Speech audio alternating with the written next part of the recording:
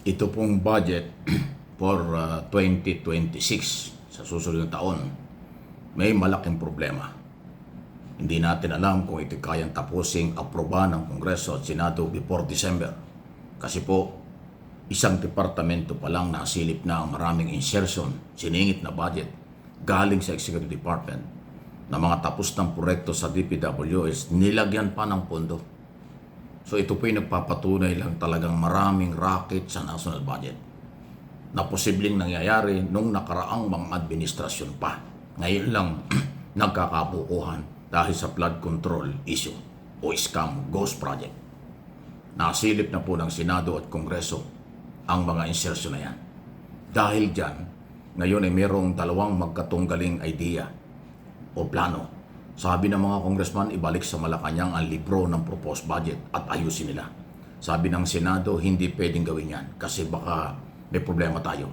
Ang proposed budget pala sa oras na may sumite sa Kongreso at Senado, hindi na pwedeng ibalik sa Malacanang. Ibabalik lang yan kung halimbawa merong o tapos na for signature ng Pangulo o merong amendment na kailangan gawin. Ito pong na-discover, hindi kailangan dito amendment. Kailangan lang dito daw realignment. Yung nadoble ang plano ng paglalagay ng pondo, tanggalin, realign, para mabilis. Kung ang DPWS mayroong ganyang insertion, posible ng ibang departamento mayroon din ganyan. Kaya ang sabi po ni Senator Ping Lacson, ituloy-tuloy na natin ang pagdinig sa budget na ito under Finance Committee ni Senator Gatchalian. Si Swansing naman, Congresswoman Swansing ang chairman ng Committee on Operations sa Kongreso. At ang ating makikita sa lahat ng departamento na mayroong kaduda-duda na singit o naman, realign lahat para mabilis. Baka daw mabitin kasi kailangan po bago mag-December 30, mayroon ng bagong batas na mapipirmahan ng Pangulo o napirmahan ng Pangulo para pag mula January 1, mayroon ng bagong batas, 2026. Pag hindi kasi natapos hanggang December ang budget na ito, wala tayong budget sa 2026. Re-enacted ang mangyayari. Yung budget ngayon ang gagamitin, mas delikado, walang safeguard, walang proteksyon. Mas madaling nakawin ng mga abusado sa pera. Pag re-enacted budget, delikado po ang bayan dyan. Kawawa tayo.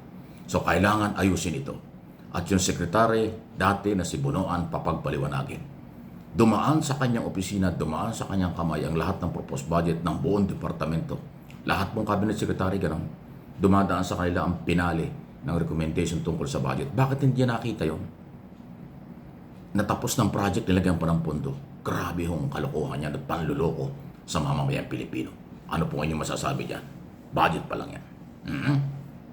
Samantala, ito na po, sinabi na po ni Secretary Dizon, lahat po ng mga ghost project at may mga problema sa proyekto ay i-expose niya at pupuntahan niya ang Luzon, Visayas, Mindanao. Itutuloy niya ang ginawa ni Pangulong Marcos na inspeksyon on the spot para makita ang estado ng mga proyektong ginastusan ng bilyon-bilyon piso. At ang lahat ng makikita, mananagot ang district engineer at mga kontraktor.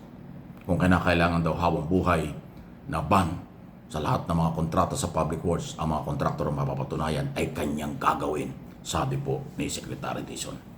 Mas masipag pong sekretaryan, hindi yan tumitigil sa opisina ng matagal. Laging nasa field kasi dapat ko talagang bantayan. Yan ang utos ng Pangulo. Linisin mo ang Department of Public Works and Highway. Department of Public Highway Robbery. Ang ginawa na ho ng mga kinauulan dyan. Pinagnakawan tayo, inagawan tayo ng pera. Kaya ako talagang walang natutuwa. Galit na ang Pangulo, galit na rin Secretary Dizon sa kanya na-discover. Kaya nga ako pinag-resign ng lahat ng opisyal from Undersecretary, ASEC, YOSEC, Director, District Engineer, lahat ako pinag-resign. Top overhaul, o top to bottom talaga ho, lahat kailangan baguhin. Matagal na po, dekada na ang korupsyon sa Department of Public Works and Highway. Good luck, Secretary at Mr. President. Sunod na issue itong lookout bulletin. Sana ito'y maging aktibo na kasi marami na nakakalusot Alam niyo yung lookout bulletin, ang purpose lang yun, i-monitor, siguraduhin na yung mga subject for investigation nasa tamang proseso ang pag-alis at alamin kung kailan babalik. On record na na ito ay aalis at on record din kung kailan babalik. Kasi po ang HDO, HDO yung lockout bulletin order, yan ay parang maalarma lang. Hindi ho pwedeng pigilan ang mga gustong magbiyahe hanggat kung wala hong hold departure order coming from the court. Ayun po. Pero ang mahalaga, ma-identify lang. Halimbawa, isang congressman gusto umalis o contractor, aalamin ng immigration saan ka pupunta, kailan ka babalik, anong bansa ang pupuntahan, ganun po. At i-record nila yun na umalis ka, babalik ka dapat ng ganun. Yun ho ang importante. Pag merong hold departure order, HDO, hindi ka talaga pwedeng umalis. Yun po ang pagkakaiba ng HDO at saka ng lockout bulletin order. Magkaiba po yan. Pero trabaho ng DOJ, trabaho ng Bureau of Immigration, sa lahat ng airport, bantayan ang lahat ng mga personalidad na may mga problema na posibleng tumakas o umiwas sa mga kaso. Marami na nakakalusot dyan. Pero gumagamit ng backdoor, gumagamit ng mga private jet, gumagamit ng kung ano-ano. Yun ang pinakamahirap bantayan pag private jet. Pero kung dadaan sa mga airport kahit naka-private jet yan ay meron pa rin dapat record ang Bureau of Immigration.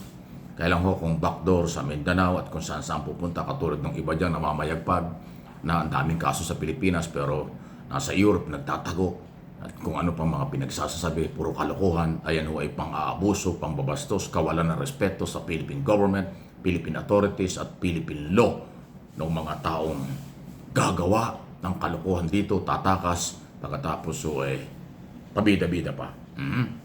So good luck sa ating Bureau of Immigration, Department of Justice, kailangan gawin. Pero ang taong bayan, malaki ang may tutulong. Lagi, ano man ang ginagawa ng gobyerno, malaki ang may tutulong ng taong bayan. Sa pagbibigay ng impormasyon, mahalaga yon. Kung meron kayong kapitbahay o kilala na alam nyong contractor o government official na may problema at nakakita nyong umalis o kung saan pupunta, isumbong nyo kagad sa mga kinaukulan. Para ma-alarma ho yung mga kinaukulan, mabantayan kung saan pupunta yan. Mga ganyan. Maraming pamamaraan. Kayo naman mga taga-immigration o lahat ng opisyal, kawali, dyan po sa ating mga airport, huwag kayong padala sa pera o suhol ng mga taong posibleng nagsamantala rin sa pera natin, pero tatakas na lang. Meron din kayong responsibility and accountability kapag inyong kinonsente ang maling gawain ng iba. So, sa dami ng problema ng bansa, sa totoo lang, pag hindi nagtulong-tulong, walang mangyayari. At pag mabagal ang mga kinaukulan, lalo na ang gobyerno, sa pagpapatupad ng batas, wala rin mangyayari. Kaya lagi ko nga sinasabing, pagka sumobra ang investigasyon, dumami ang mga press release, dumami ang mga interview, lalong nababaliwala. Ang mahalaga, aksyon. Ang mahalaga, mag-file ng kaso, at panindigan ng mga ebidensya at kaso para magkaroon ng warrant of arrest at mahuli, papanagutin sa mga batas ang abusado.